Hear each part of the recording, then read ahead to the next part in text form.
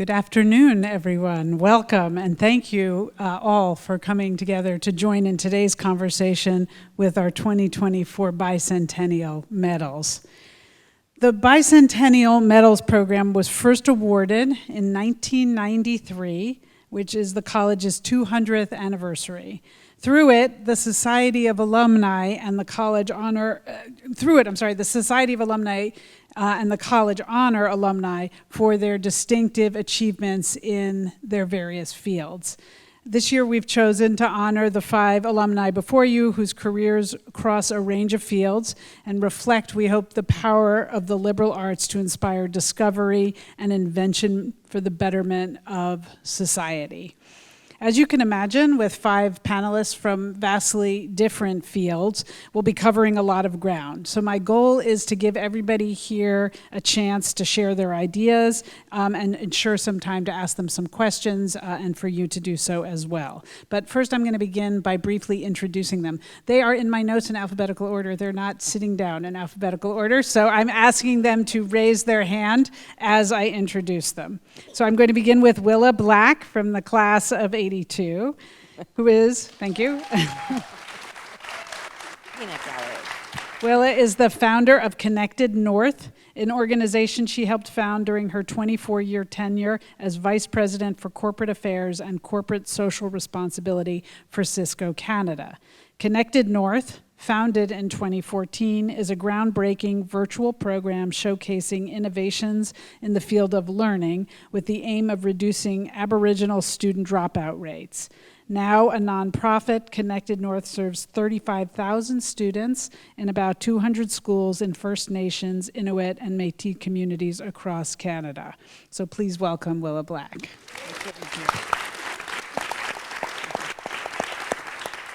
Dr. Christopher M. Filley from the class of 73, actually in alphabetical order, thank you. You're welcome. Is professor of neurology and psychiatry at the University of Colorado School of Medicine. In 1991, he was founding director of the school's Behavioral Neurology Section. His primary research interest is in the neurobehavioral aspects of white matter in the brain and its disorders, some of the most complex in medicine, including Alzheimer's disease, other dementias, and traumatic brain injury. Christopher is also a prolific author and an award-winning teacher, so please welcome Christopher. Dr. Amy L. Preto from the class of 1996, over here, is a professor of chemistry at Colorado State University. As a synthetic chemist and materials scientist, her research program focuses on lithium ion batteries and developing nanoparticles and nanowire structures for a variety of applications. In 2009, Amy founded Preto Battery Incorporated to commercialize her research, notably her invention of a 3-dimensional fast-charging lithium-ion battery. Her work and its connections to Fort Collins, Colorado was celebrated in 2023 by the Smithsonian Institution's National Museum of American History. Please welcome Amy. Eric Schmidt from the class of 82 is a senior national security correspondent for the New York Times based in Washington, D.C. Over his 40-year career at the Times, he has focused on the U.S. military, counterterrorism, and other national security issues. Eric has covered every conflict involving the U.S. military since 1991 Persian Gulf War and reported extensively from Iraq, Afghanistan, Africa, and the Middle East. His work has earned Eric 4 shared Pulitzer Prizes, and I'm delighted he will also serve as our convocation speaker tomorrow morning. Please welcome Eric Schmidt. And last but not least, right in the middle of the pack there, Dr. Marika Takoni, who from the class of 92, and she is the Distinguished Professor of Musicology and Art History at the Pennsylvania State University and Associate Director of its School of Music. A native of Central Italy, her interdisciplinary research interests focus on the music, art, and culture of late medieval and early modern Italy. an expert of the music of the Renaissance and early Baroque periods, especially the music of Florence and Venice. Marika has helped uncover previously neglected musical works and forged manuscripts. She is also herself a practicing artist, an abstract painter, a pianist, a composer, and a photographer. Please welcome to you as well. What a group. Thank you to you all for being here. I was just before we got started having a brief conversation of how long it's been since some of the folks on the stage have been back. It's been quite a long time, actually, for some of them. And so I think they're having a fun time getting around the campus and seeing Williams today. But right now we're going to go a little bit back in time. And as a way to get started, I want to talk, you will be shocked to know, a little bit about the role of the liberal arts in education and society today. The topic isn't new, of course, but I do think it's occupying more public attention right now than it has in a long time for reasons that are many and varied. Of course, narrowing professional roles, rising costs of education, growing advances in digital technology and AI, and increased demands for returns to investments in education, to name just a few of the things that we're all reading about right now in the newspaper. So let's get into some of the questions. And as we do that, I want to begin with perhaps just having you each speak a little bit about your time here at Williams before we go further than that. I'm hoping each of you could tell us what you studied here and maybe talk a bit about one of your favorite classes if you had to choose. And maybe we'll just start by going down the line. I'll mix it up a little later, but maybe we can start with you, Amy. Okay, so I was a chemistry and philosophy double major, and I had a concentration in women's studies. I have to pick one class from each major for obvious reasons. So for chemistry, it was inorganic chemistry with Lee Park, and that is the reason I became an inorganic chemist. And then on the philosophy side, I took a tutorial of morality and law with Steve Gerard, and that really impacted the way I think about problems. Both of those classes are in subdisciplines for chemistry and philosophy that are quite messy, where there is no clear black or white answer, and so that really developed my love for very messy problems, and so that's how I approach my research.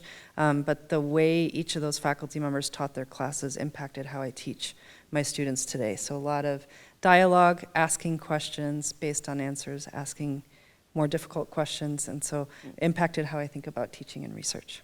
Wonderful, thank you.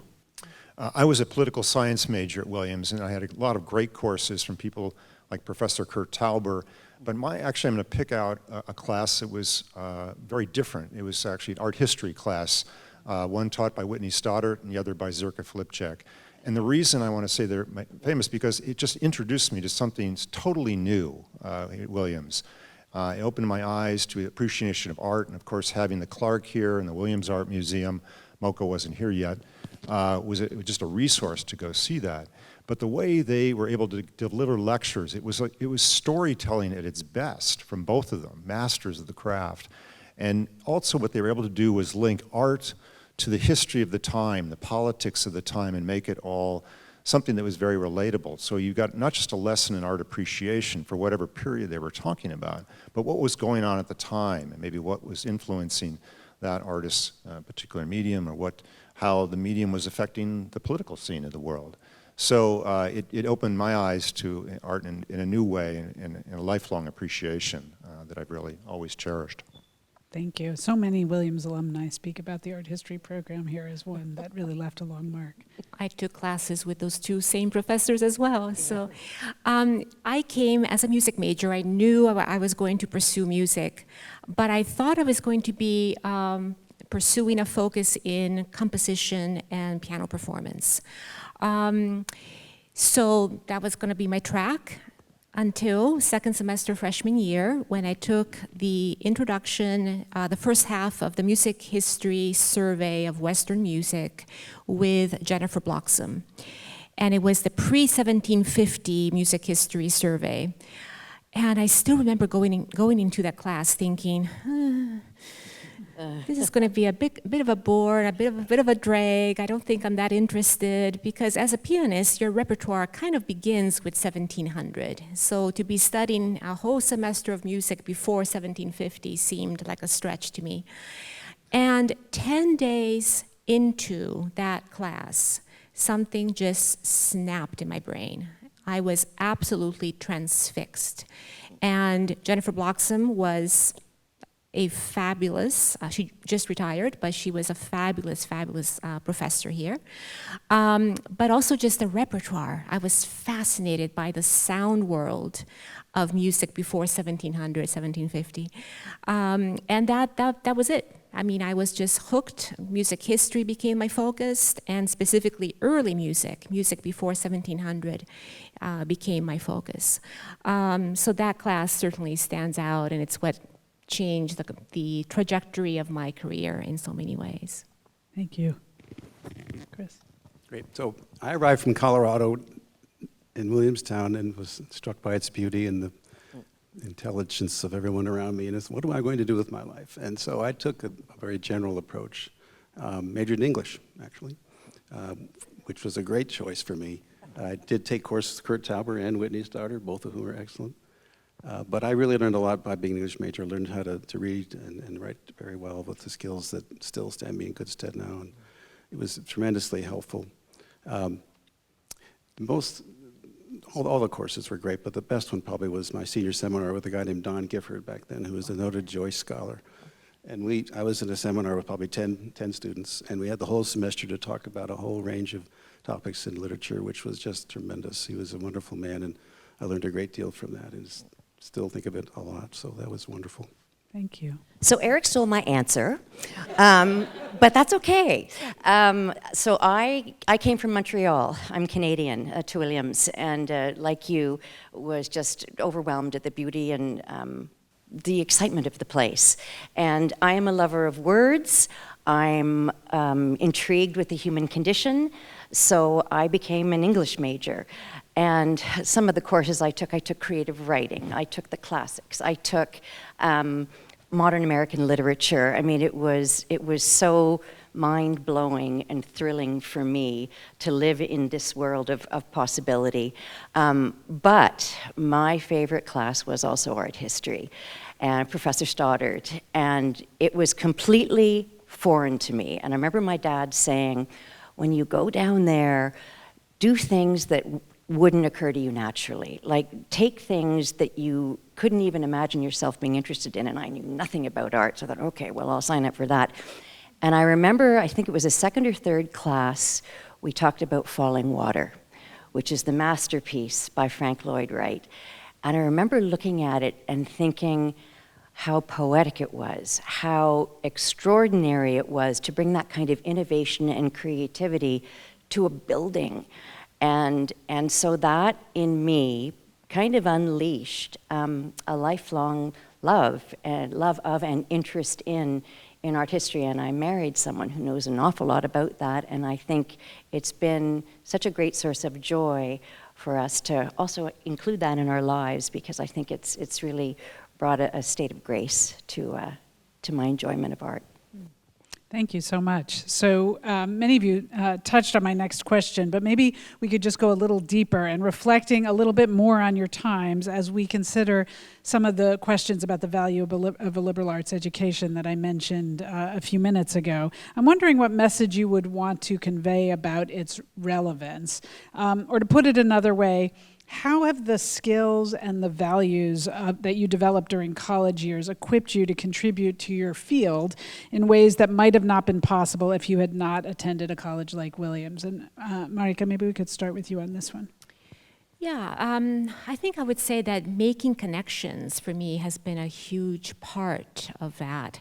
Connecting the dots, right? So my work is very interdisciplinary, and I think that started here at Williams by taking classes not only in music, but art history and classics and a great history of science class, astronomy, that really made me think outside the box and made me think about those connections and how to connect themes across disciplines. And that's what gets me really excited about my work today, when I can make those connections where I'm looking at a piece of music, but seeing how it connects with philosophy, with art, with literature, with political science, with the politics of the day. And I think the ability to ask questions and to make those kinds of connections is something that is really at the core of a liberal arts education, especially at a small liberal arts college like Williams, where you really get to know the faculty, you get to know most of your classmates, and have conversations that are really allowing you to have this wonderfully open, inquisitive mind that can really serve you well in everything you do in your future life. Thank you. Anybody else want to jump in on that particular question? Well, I think certainly in journalism, it's very important to keep open-mindedness. I think more so now than ever when people are in their kind of news silos.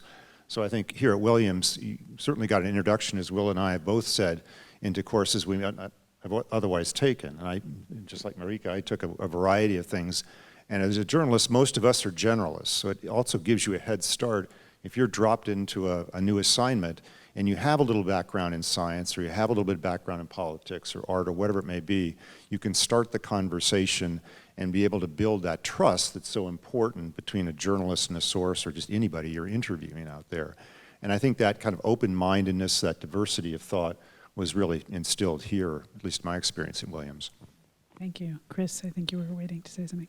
Yeah, so I think it's a great segue. I majored in English and ended up in medicine after going to Johns Hopkins. And neuroscience always appealed to me, but particularly what we call behavioral neurology, which is about dealing with people whose behavior is altered by disease and injury and the rest. So it was an ideal preparation for that, because I learned from Shakespeare and all the humanities about human beings from that perspective, and then I could apply that in a neuroscientific context, dealing with some of the most horrifying diseases we have, and trying to understand them, as well as the normal brain and how it works for all of us. So it was an ideal preparation, absolutely. I was just talking at a reception before I came here to a pre-med student who told me he was a history major, and I said, perfect preparation. So Yeah. I also was an English major in college, so I can share that. So Amy, did you want to say? Yeah, for me, I think the shocking part of being a chemistry professor is that most of what you do is right. And a philosophy major is amazing for teaching you how to read deeply and how to write clearly and coherently. And so I just would not have thought that as a chemistry major in undergrad. But I think the other part of a liberal arts education, particularly my experience here at Williams, was the people. And when I was looking at colleges, my mother asked me if I wanted to be a little fish in a big pond or a big fish in a little pond, and she meant intellectually. And so I said, I want to be a little fish in a big pond, and she said, then I don't want to hear any complaining when you get there, and there are people that learn a lot faster than you that are just brilliant. You should see that as a luxury and a privilege. And so that has served me very well, both surviving graduate school and my postdoc, but learning how to assemble teams of people who have very different backgrounds, different technical skills to work on very interdisciplinary problems. That's a people management challenge. That's not actually a scientific challenge. And I think I learned how to work with amazing people here. So that was perfect training. Yeah. Thank you. Well, this is something that I feel quite strongly about, because I've really benefited from my liberal arts foundation at Williams over the course of my career. I just think a liberal arts foundation is so broadening, and it's the foundation off which you springboard to discover what you really are passionate about, what's meaningful to you, and most importantly, what you're good at. I remember when I was at Convocation all those years ago, sitting in the audience, and I was thinking, I've signed up for all these theater classes, I'm gonna be an actress, and it's gonna be so great. And then I discovered, yeah, my family's laughing, that because I was open to learning new things and trying new things, I sort of shifted my focus and then became an English major. But the second point I would make is it's so important to be curious. And it is so important to be curious with people that are around you, in your classes, with your teachers, with your community at large. And I think I benefited a lot from that push to be curious. I think it steadied me very well. And I think too, I was reading, in preparation for this, I was reading the book by Fried Zakaria on the value of a liberal arts education, and I'll quote him because he said something that really, really struck with me, that a liberal arts education feeds that basic need in the human spirit, which is simply to know. And I think that knowledge is critically important. It makes for a richer life, but you do not get to knowledge without curiosity. And the final thing that I will say that I really learned at Williams that benefited me so much in my career is this ability to think critically and build arguments.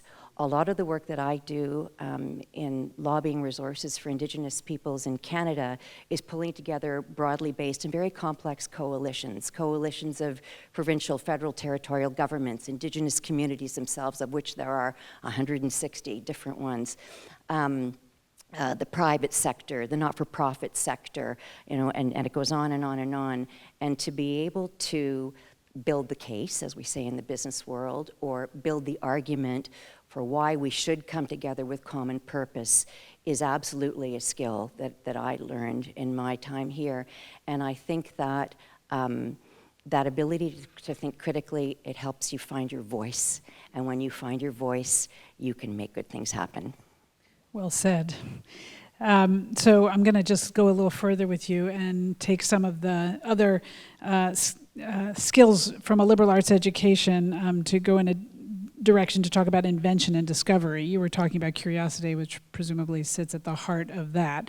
But invention and discovery is at the heart of what all of you do, even though you do vastly different things. So I'm curious to hear from each of you about how you've approached the question of innovation in your careers and how one can prepare themselves to be an innovator. And I guess I'd be particularly interested to hear how you've successfully questioned assumptions of the status quo, which I think is a place you start when you're curious about something and you're going to innovate in that area. Maybe, Willa, you could lead us off. I'm going to warn you, this might be a wee bit of a long answer, because my kids say I have no off switch on this subject. But, okay, challenging the status quo. I do an awful lot of work in Indigenous communities across Canada's north. And Canada has a terrible history of treatment of its Indigenous peoples. We had a forced migration program for tens and tens of years where young children were taken from their family's community and placed in residential schools, often up to 200 miles away from where they lived, and they never saw their parents again. And this created this sense of what we call in Canada, or this reality of generational trauma in northern communities, compounded by the sheer distance and the oppressive conditions. It's dark, it's cold in these communities, and they're characterized by terrible poverty. So the first time I went up to one of these communities, I was appalled and ashamed to be Canadian. And the status quo for so many of us in Canada, who, by the way, were not educated on the state of Indigenous peoples up until about 10 or 15 years ago. It was not required learning in our schools, and I do think it's our national shame. But the status quo was, well, they're up there, they get federal funding, they're really on their own, we have a policy of self-determination, and I'm sitting there going, this cannot stand. And I was in a position where I was able to use resources from my corporation and leverage some of the contacts that I built up over a very long career and introduce technology into these communities, Cisco technology, but also I lobbied with a lot of the bandwidth service providers to be able to kind of turn up the level of bandwidth so they could access the internet. And then we developed this whole program of digital learning. We have a whole digital curricula. It's actually, right now, today, it is ahead of what is traditionally offered in Southern schools. So just in terms of innovation and disruption, it's a bit of a blend of the old and the new, because here I was working in these communities that had centuries of tradition, but trying to introduce a new technology that would be different for them, but would create extraordinary possibility, and which really to them was such a dramatic source of innovation because all of a sudden it opened up the world to these communities, and we could connect kids to nature. They could see trees. There were no trees. There are no trees in many of the places where these people live. There's no mental health resources, and yet these communities have the highest level of youth suicide per capita globally. There is a graduation rate of about 43% versus for grade 12 versus the standard in Canada around 92. So by driving innovation and bringing in digital learning and opportunities, connecting these kids to experiences not available to them where they live, we've been able to change the game in these communities. So that's how we've leveraged innovation with Connected North. Lovely. Thank you for sharing that. Chris, maybe from the world of the sciences, you could talk a little bit about innovations and testing assumptions. Right, so when I got to Johns Hopkins, I was fascinated by neuroscience, and as a dutiful medical student, I went around with the attending physicians who were, godlike in their authority, and they told me, don't think about white matter as a problem with behavioral neurology. That's not it. Don't think about it. It's all about the cerebral cortex, which is, is the gray matter of the brain, which is what we all think of. And I just didn't believe it. I just questioned that. That was an assumption that they made, and I just didn't believe it. I mean, imagine a cardiologist thinking about one half the heart. That wouldn't be very good. So one half the brain is white matter, and we need to think about that. And so I did. I started thinking about it then and built my career on that, and have done it ever since. And now we see hundreds of papers on this all the time, not just because of me, but I was there. I was getting it started because I questioned assumptions. I used critical thinking, which has been mentioned. Don't believe things just because someone in authority says them. That was what I learned about that. Thank you. That's a great answer. Does anybody else, did either of you want to weigh in on that? Yeah, please. I'm going to stretch the meaning of the word innovation, maybe just a little bit. Sure. So my current work, what I love to do is to bring back musical works that have not been heard in about 300, 400 years. So in that sense, the innovation is in presenting to an audience something that has not been heard before, or at least not in 300 or 400 years. And that gets me really excited, and I feel that I can contribute to our understanding of music. I think if I were to ask most audiences, can you name a composer who lived before 1700, people would be hard-pressed to do that. And I love that challenge. I love that challenge in my teaching with my students to be able to push them into new territory, and then I love to present that to modern everyday audiences as well. So innovation maybe in that sense, it's a bit of a stretch of that term maybe, but why not? And just kind of pushing the status quo, which in classical music is the usual suspect, composers. And right now I'm doing a lot of work on music at an orphanage, at a historic orphanage in Venice, and looking at women's voices that have not been heard in about 400 years and trying to bring back that music. I think that's innovation. Innovation is really at the heart of scholarship, actually, because you have to find something you don't think is right, reinterpret it, ask a question of it, challenge an assumption, find new evidence to test it, and take us in new directions. So to me, that is innovation, actually. Thank you. Yeah. Do you want to weigh in? Sure. Just quickly, one of the advantages of being around journalism for 40 years is you've seen the evolution from the Dead Tree edition that came out once a day to the explosion that you all see every day when you just look down at your phones, your tablets, and the ability to bring storytelling via video, audio, and entire new departments at the New York Times and other news organizations. And the one I work with very closely is something called visual investigations. And these are essentially forensic journalists who can pull down publicly available data. They can be from commercial satellites, they can be from social media feeds, whatever, and they piece together stories in a way that we couldn't do before and penetrate government secrets like we couldn't do before. I did a story with them a couple of years ago that involved a tip we got from a correspondent who was traveling in northern Niger in Western Africa. And he said, I'm noticing these weird aircraft flying out of this remote air base that's up there. And I said, that's odd, because we've heard rumors about a secret CIA drone base up there, but they've always denied it, which because you go to the CIA and most times you get a two-word response, no comment. Well, in this case, I was able to take a tip from a foreign correspondent, go to my colleagues in New York at the Visual Investigations, give them the latitude and longitude of this particular base, and he was able to go back using commercial satellite imagery and document the actual buildup of ramps and runway spaces and fencing around this specific area, so that when I went into the CIA Public Affairs Office the next day and they were about to give me the same no comment, I basically put down these images they had, and suddenly they had to comment because we had physical evidence of what was going on. And the two guys just looked at each other and said, it's a new day. And so that's a different way, again, a different theme on innovation, challenging assumptions, in this case, piercing the secrecy, I think that many government agencies would like to keep the American people at bay with. Thank you. Do you want to answer that, or I can ask you a different question if you prefer? Okay, so one of the things I think that may have changed a bit since most of the folks on this panel, myself included, were in college is I think students today are a little bit nervous about taking risks and failure. And yet so much of it, the other side of innovation and testing assumptions is actually about that. It is about trying something, and then when it doesn't work, trying something else until you've figured out a way to success. So I'm wondering if you could share a time when you failed at something or you took a risk at something and how that shaped outcomes. And maybe I'll start with the scientists, because I think of that as actually particularly an important skill in the sciences in terms of testing hypotheses.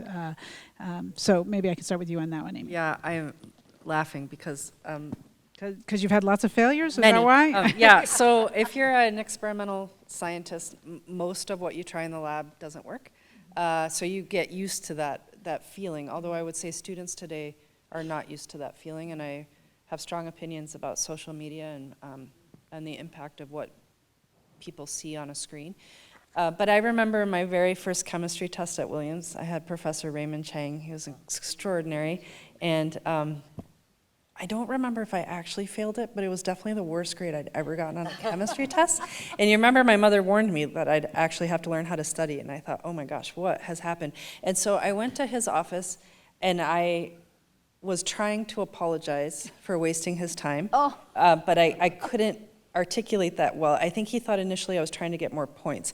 But then when he realized what I was actually trying to do, he very gently talked to me about, the course, and then he said, there are a lot of things to learn in college, and many of them happen outside the classroom, which I think was code for you're going out too much, and so you might need to settle down and study. And so, but what ended up happening, I did learn how to study. I worked much harder.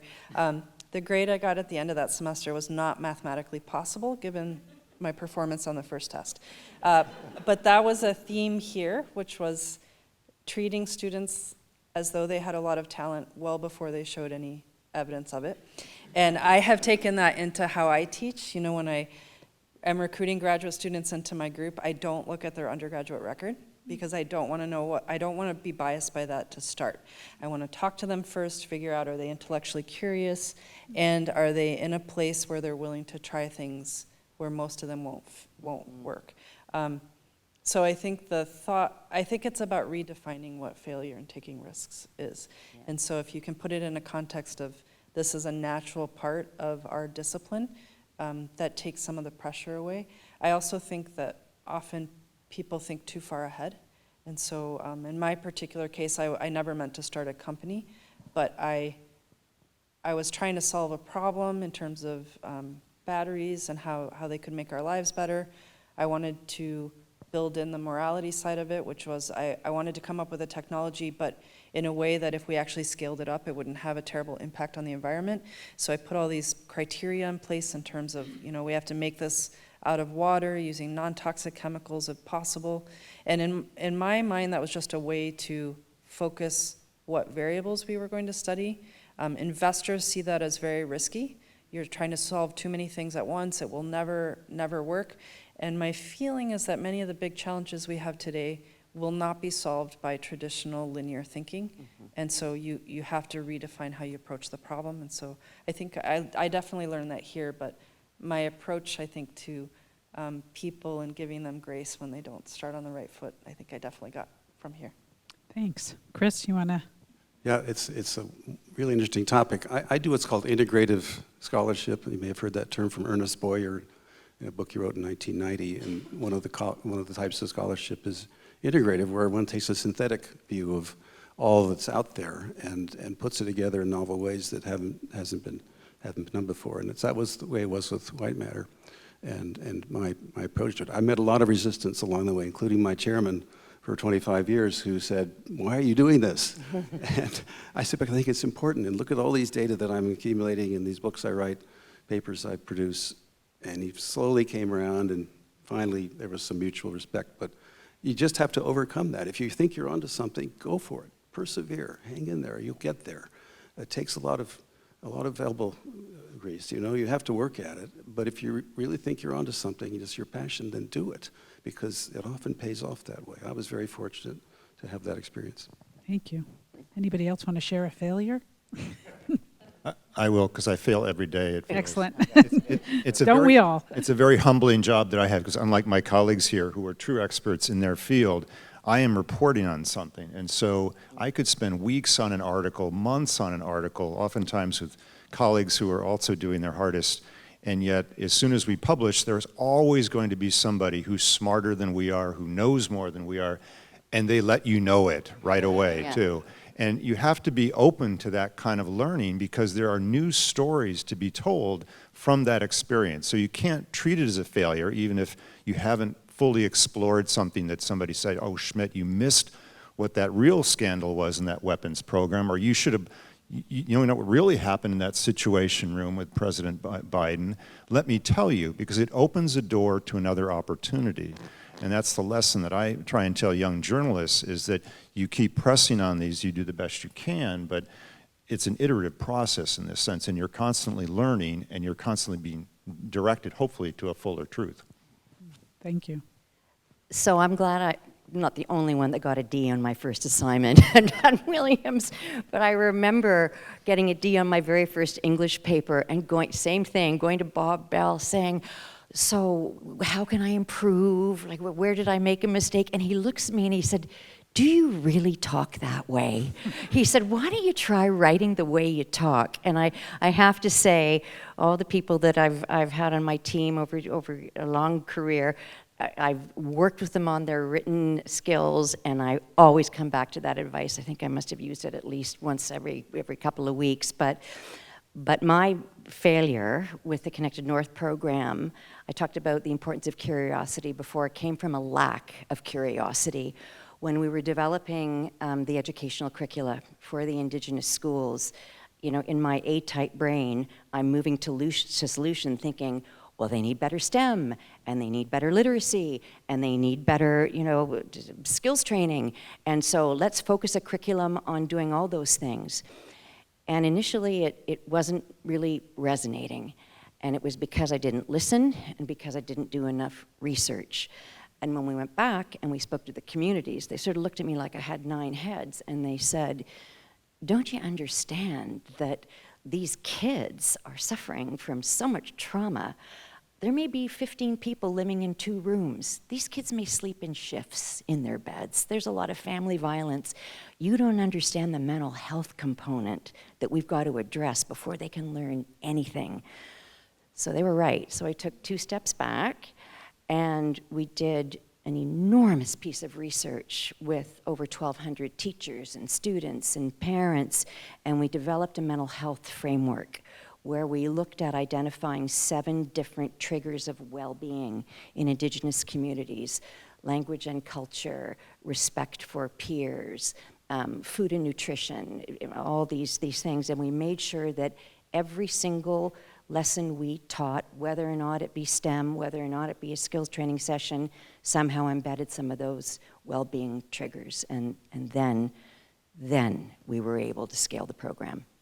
Thank you. So that's a great segue to the next question I want to ask. Well, you all do very different things from each other, but there is a common theme about social impact that has affected all of your work and professional lives. And I'm wondering about how you think about social impact in your work, and what impact you aspire to have, and how do you know if you're having it? And Eric, maybe I'll start with you as a journalist, how you think about that. Well, most of my career, again, has been working and covering conflicts of different kinds, and I think the most important thing I can do, and more importantly, my colleagues on the ground in war zones, is really to bear witness and to write about that, whether it's the wars ongoing right now in places like Gaza or Ukraine, or looking at the struggles that are happening in a place like Sudan, where it's a closed off, it's very difficult and dangerous to get inside that country, but right now it's the greatest human catastrophe that's happening on the globe, and it's very difficult to tell that story and alert the world to what's going on.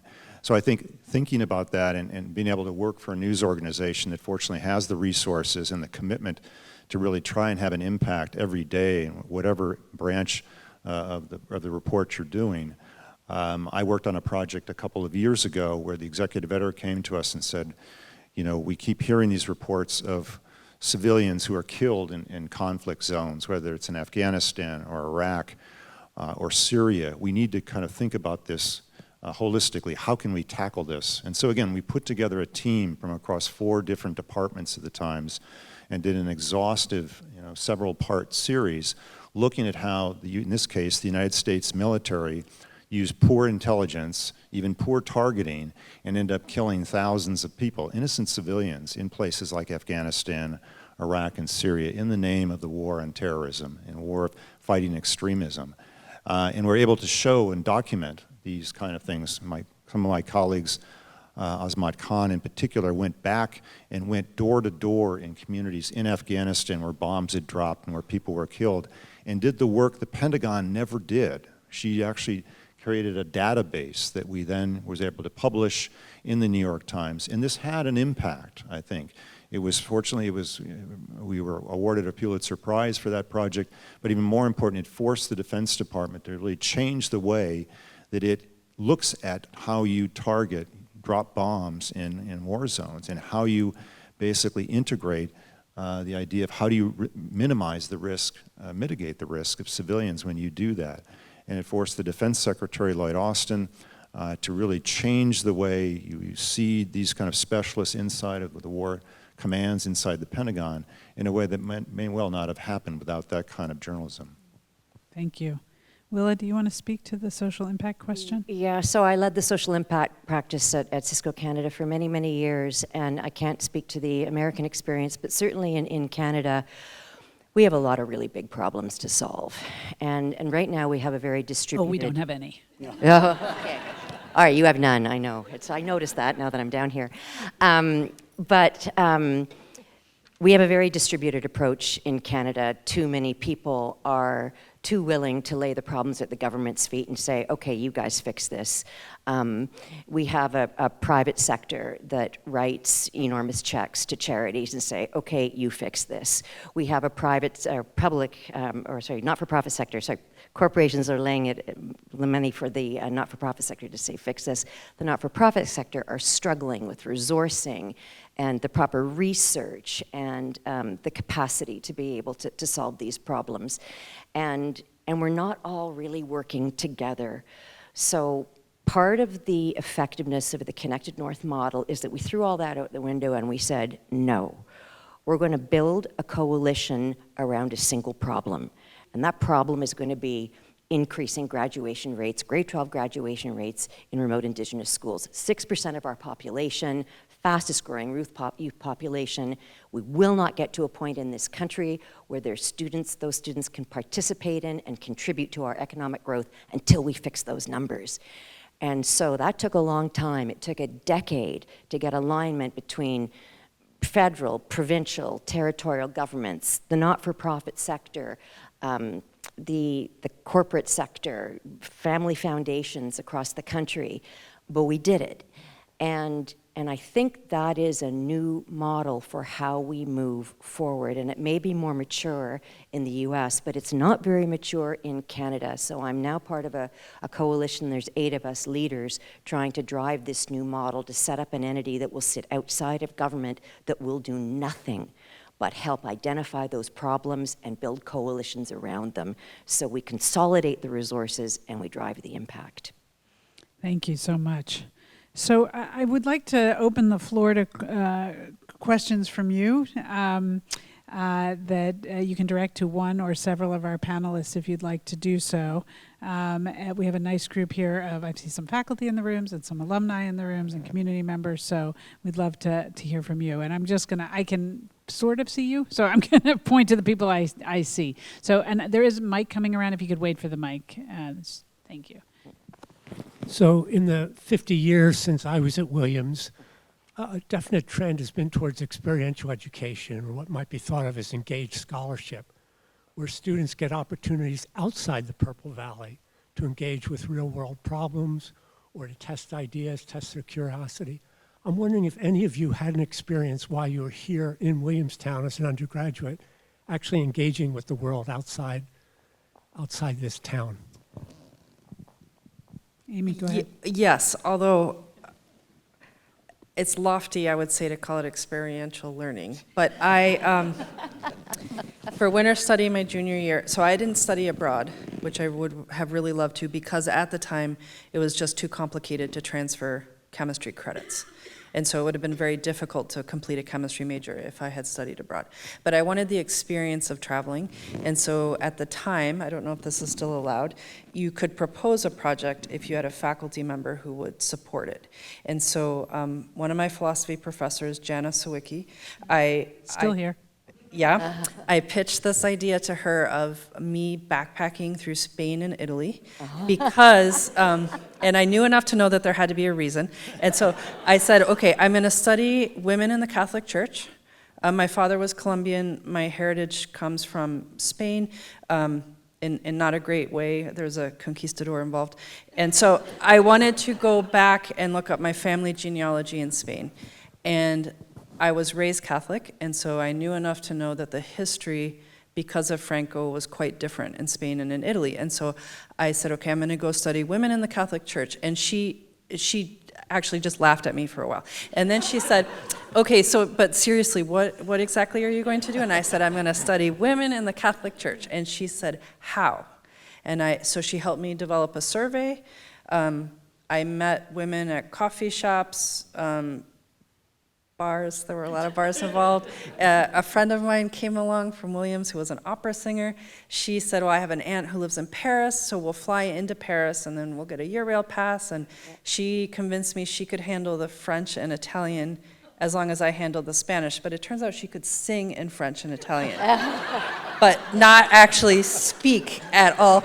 And there were, but I did learn a lot. I came back, I did write a paper I'm actually very proud of. So I learned a ton.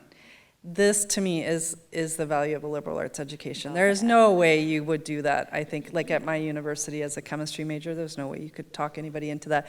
But I learned a lot about resourcefulness. I loved traveling. I learned about listening.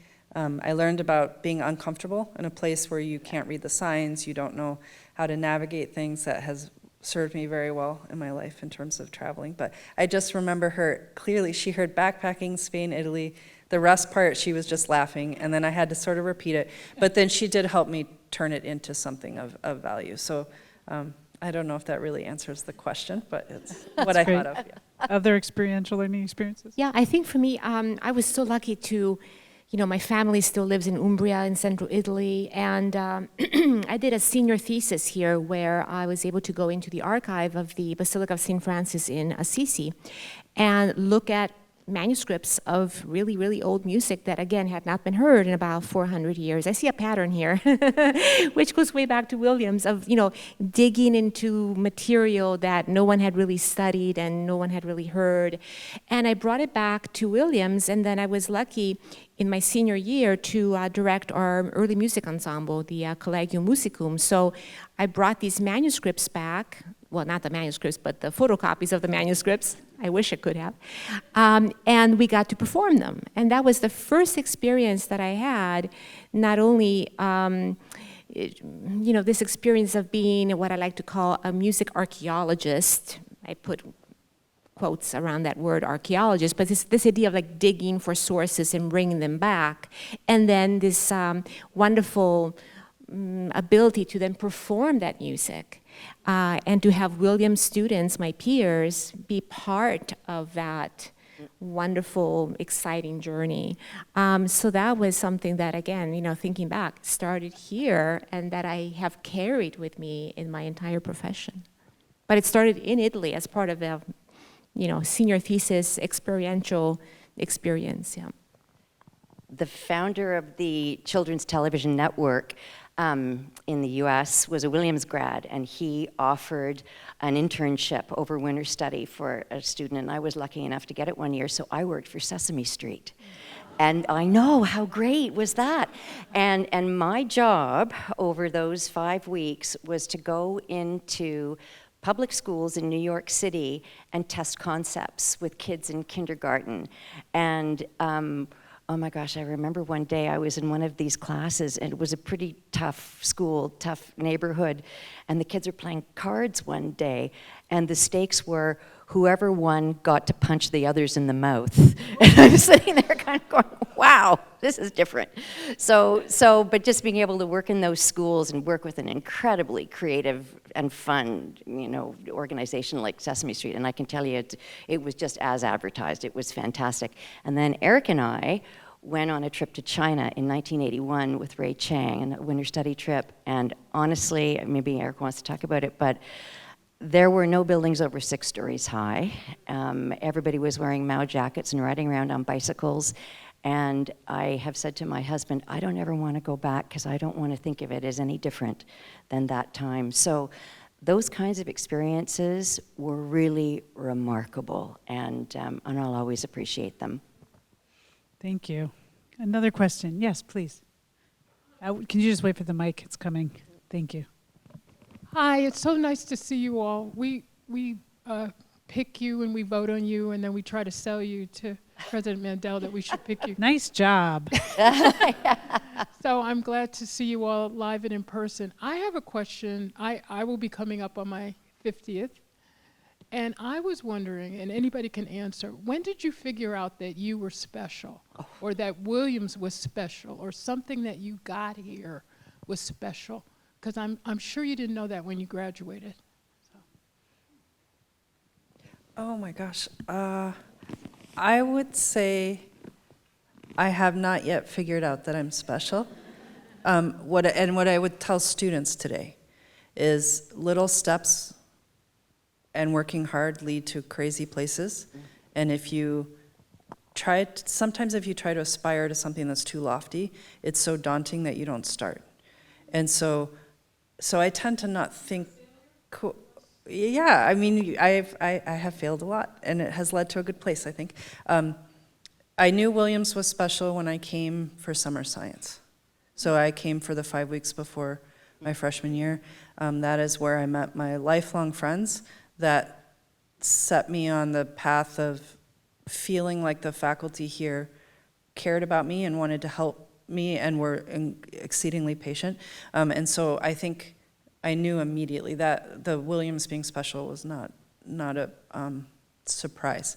What I will also say is then when I got to graduate school, my first year, I got my PhD at UC Berkeley, which is enormous. The line to get our student ID was longer than my size of my graduating class, probably. And I was quite intimidated. I got really shy, didn't like to go to office hours much because I was afraid I hadn't, worked hard enough to be able to ask good questions.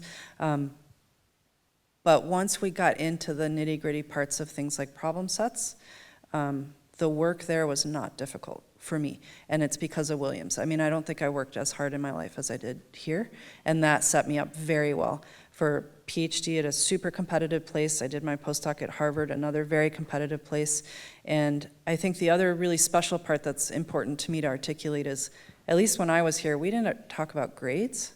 We asked each other, how do you feel like that test went, or how did you feel about that paper? And it was very personal, whether you felt like you had done your best or not.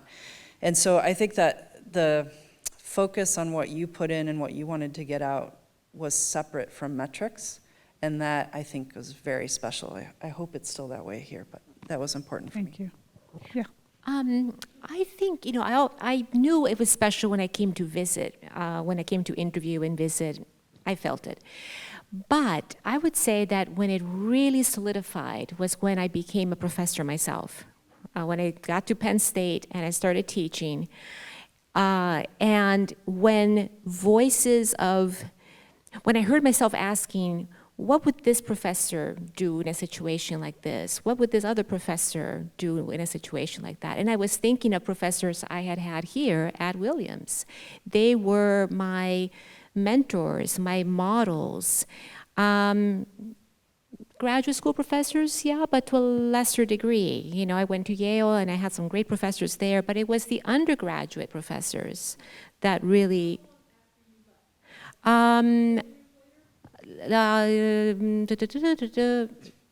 six years later. So it was still very fresh in my mind.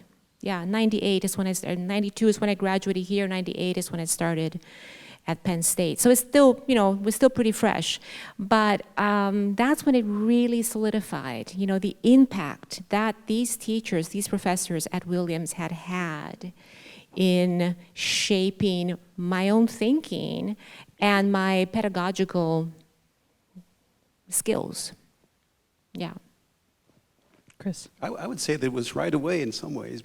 I knew the minute I left here that I had writing skills that far exceeded those of my colleagues in medicine mostly. I don't say that with any disrespect, but people in medical school often study chemistry and physics and biology to the exclusion of the humanities. And I was so fortunate to have that skill when I left, and I've been able to add on to research projects all the time because of that ability to turn a phrase, and that was huge. Otherwise, I think it's just been a gradual process. And when I came to my 50th reunion last year, I realized what a magnificent institution this is. I mean, all those years of seeing other places, educating around the world, really, it's made clear to me that Williams is very special. But it took a long time to really solidify and mature like that. So it is a special place. Please come to your 50th if you have any desire.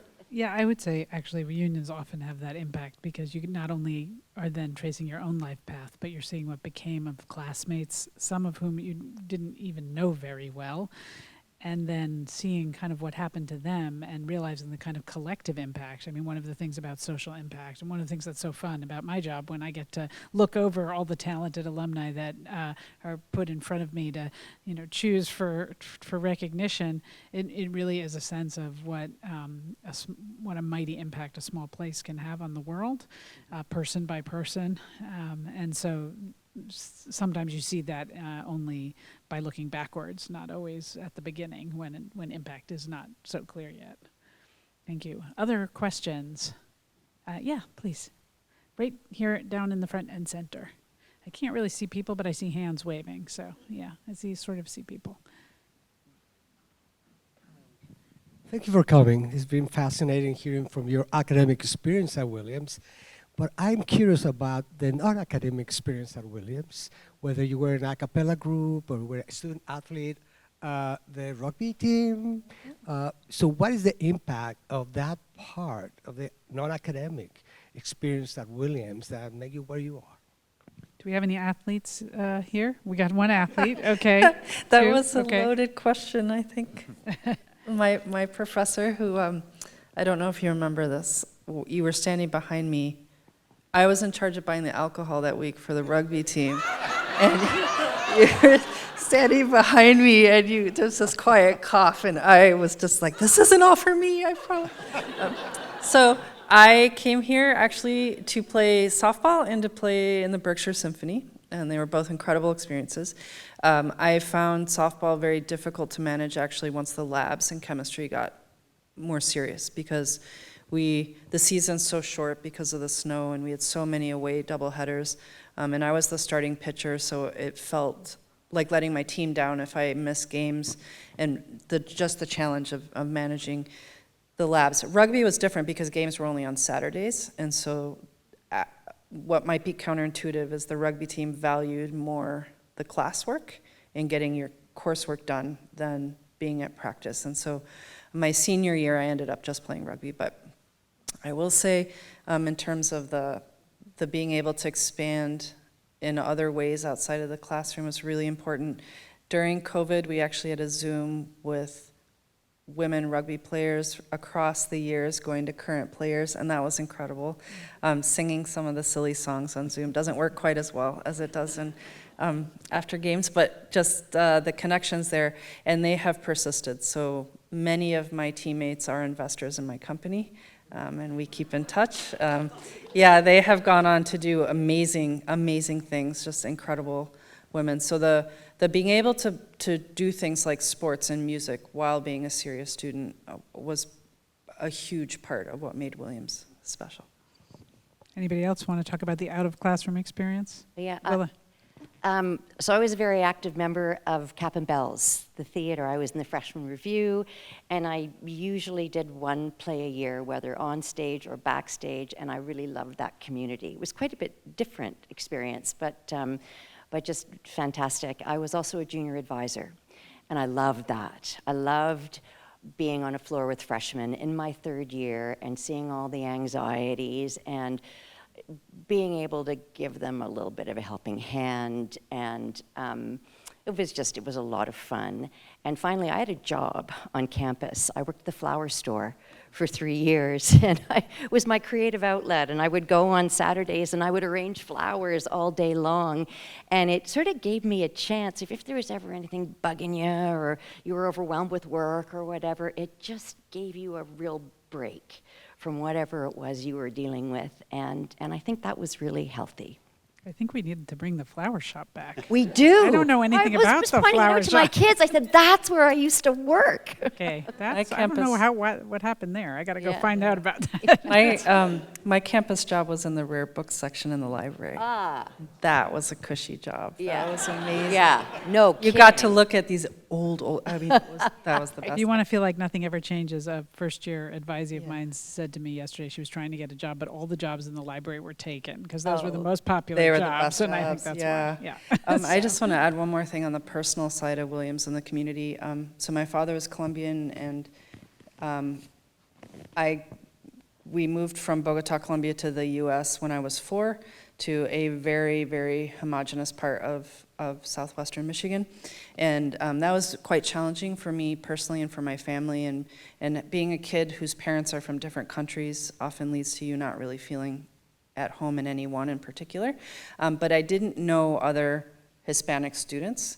And so coming to Williams, I was really involved with Vista, and Marcelo's here, such a huge part of connecting to that side of me and having a better understanding of social justice and the importance of diversity, what we now call diversity, equity, inclusion, and respect. And so having, I wouldn't go so far as to say being an activist, but being able to support causes that were important to me because of my family heritage was also a huge part of being here. I hope you all get a chance to go visit our new Davis Center, which we opened last spring and really is a home for a lot of those organizations now. So thank you.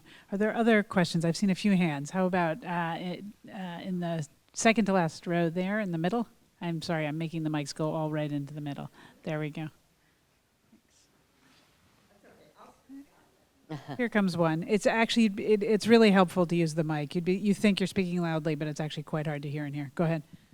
As the grandmother of 8, ranging in age from 11 to 24, I remain very, very concerned about 2 things, and they're related. Social media has changed how we all interact. And that is not the only aspect of their life that's different, but our lives also have been affected by the impersonal nature of the way we go shopping, the way we go to the bank, the way we buy a newspaper or read a newspaper. I would love your thoughts on this major change in how we are communicating. I'm going to turn this one to Eric. Yeah. Yeah, no, I share your concerns, and I know, my colleagues, as we look through this, and we're wrestling right now with ChatGPT and those kind of things, those new technologies that are both helpful to our work, but also obviously we're reporting on some of the dangers and risks of them too.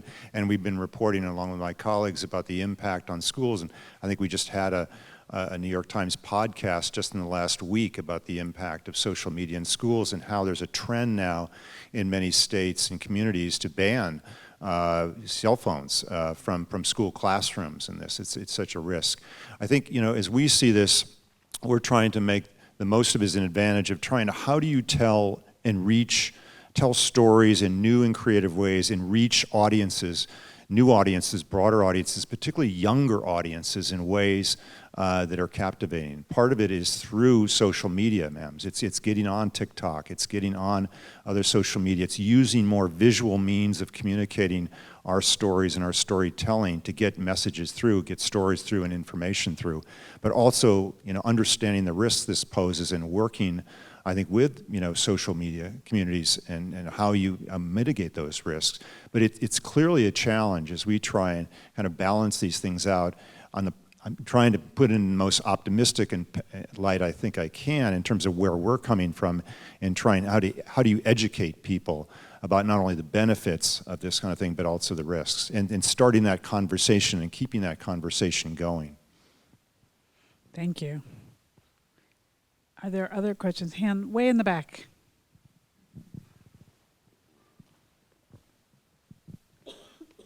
Good afternoon. I was clearly, any objective observer will say you have had successful careers from your days here at Williams. I'm curious as to whether, if you could jump back in time and give yourself one piece of advice, do you think there is a piece of advice you could have given yourself that would have made stuff grow bigger or happen faster, or have made you more happy where you sit today? That was my closing question, so well done. Yeah. Excellent question. And if it is different, what would you say to the generic member of the class of 2028?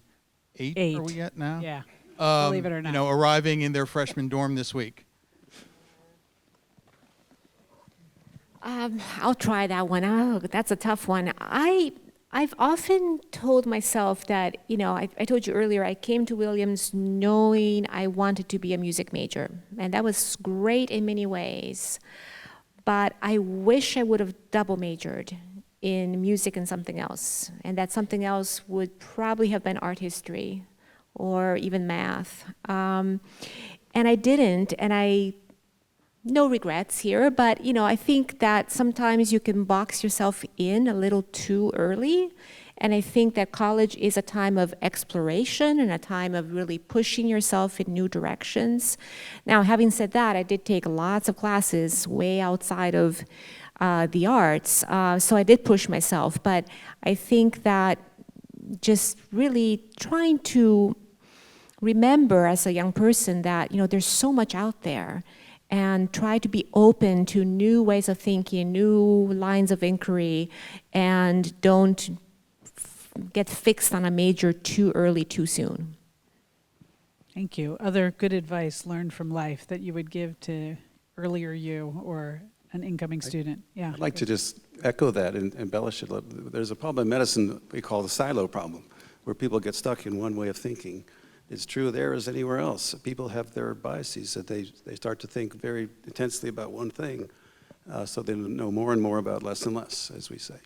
And I think remaining broad is so important. One needs to find a focus, of course. That's clear. We all need to find something that we do as a primary effort. But to lose all the other influences is a shame. And I think try to balance the broadness and the diversity of your experiences with a focus on something you really feel passionate about. I think that's always a challenge for me. I've been fairly fortunate being able to do that, but it's always a struggle to find that right equilibrium. Willa? I wish I had been kinder. I had very high expectations for myself, and I was in such a hurry to get things done and to be the best, and I held myself to a very high standard. And And I think some of the relationships that I had suffered along the way. I don't think I listened enough. I don't think in some cases I was as good a friend as I could have been. And now that I'm older, and now that I've been through a long career, and I've managed and interacted with so many different people, and I have learned that you get what you give, big time. And my life right now is so full and so happy, and nothing gives me more pleasure than really engaging with people deeply and listening to what they say and supporting them and making people just feel good. And it's the best way to live. And I think, and I do say this to my kids, just be kind. We need it more than ever in this world. Thank you. How about you, Eric? My piece of advice, I think, to either the incoming students or to those myself, and I was thankful I took it myself, was to live abroad, to live overseas, at least for a year. And I know it's great to travel to different places and you get an experience there, but until you actually live in a place and try and learn the language, if you don't know it already, immerse yourself in the culture, you don't really truly experience it. And short of that, to go live in a different part of our country. I was fortunate enough when I got out of Williams to go start at a small newspaper in southeastern Washington State in the high desert in a totally different community, a rural community that also was the home of the Hanford Nuclear Reservation. And it was a completely different kind of community than I had grown up with in the San Francisco Bay Area, or certainly here in this area. And just learning how people think and being a part of that community, even just for a year, was really important. So I think as we are now more and more a global community, it's important to take yourself out of your comfort zone for your travel somewhere else and live there and experience it, or live somewhere else in this country as our own country is becoming more polarized, to try and better understand each other. And as my colleagues have said, to listen a little bit more closely, I think, to each other now. Thanks.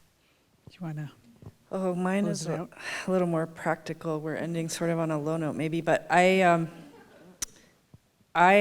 just loved being here so much. I had so much fun that the impact of that was that I didn't really sleep. And now that I'm a faculty member, I watch my students. I think the practical parts of there's so much to learn, so many interesting people to talk to, so many things to do. You will do better in the long run if you take care of yourself. So you need to get outside every day, you need to move your body, you need to eat healthy food, and you need to sleep. And I didn't do much of that while I was here. So. I actually do tell that to students all the time. I find myself giving that kind of advice nearly as much as I say breadth and depth and travel and et cetera. So it's quite good advice. So I think we have come to the end of our program. So this is the opportunity that I get to just say how much I appreciate the opportunity to meet these accomplished members of our community and to be able to bring them to you to hear a little bit about their life paths and journeys and wisdom. So thank you so much for being here, and please join me.